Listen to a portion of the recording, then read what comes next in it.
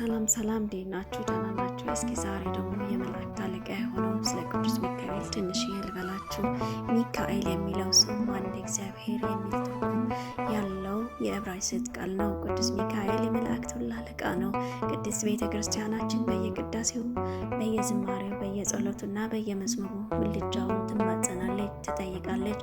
በዓሉም በየወሩ በ12 ቀን ይከበራል። በእነዚህ ዕለታትም ያደረጋቸው ተአምራት ይነበባሉ፣ ይሰበካሉ። ብዙ ክርስቲያኖችም በእነዚህ ዕለታት ለተቸገረ በመብላት ለተጠማ በማጠጣትና ለታረዘ በማልበስ በጎ ስራ በመስራት ቅዱስ ሚካኤል ይዘክራሉ፣ ያስባሉ፣ እንዲያማልዳቸውም ይማጸናሉ። የሊቀ መላእክት የቅዱስ ሚካኤል ስዕል እንደ እግዚአብሔር ሰራዊት አለቃ የወታደር ልብስ ለብሶ ተስሎ በየቤተ ክርስቲያኑ ይቀመጣል።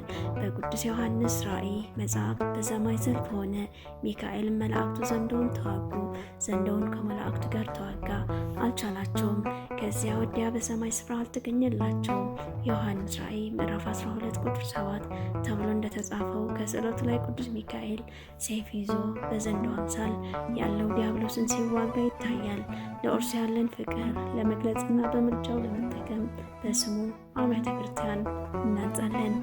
ቤተ ክርስቲያናችን ሊቀ መላእክት ቅዱስ ሚካኤል በማቴዎስ ወንጌል ምዕራፍ 28 የተገለጸው ከጌታችን ትንሣኤ በኋላ የመቃብር ድንጋይ አንከባሎ በላዩ ላይ የተቀመጠው መልአክ እንደሆነ ታምናለች።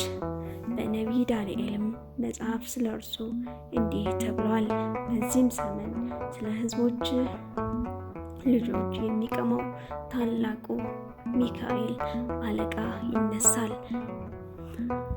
ሊቀ መላእክት ቅዱስ ሚካኤል እጅግ ታላቅ ቢሆንም እንኳን በታላቅነቱ አንጻር በይሁዳ መልአክ ላይ እንደተገለጸው ትህትናውን እናያለን። እንዲህ ተብሎም ተጽፏል። የመላእክት አለቃ ሚካኤል እንኳን ስለ ሙሴ ሥጋ ከሰይጣን ጋር በተከራከረ ጊዜ የስድብ ቃልን ሊናገር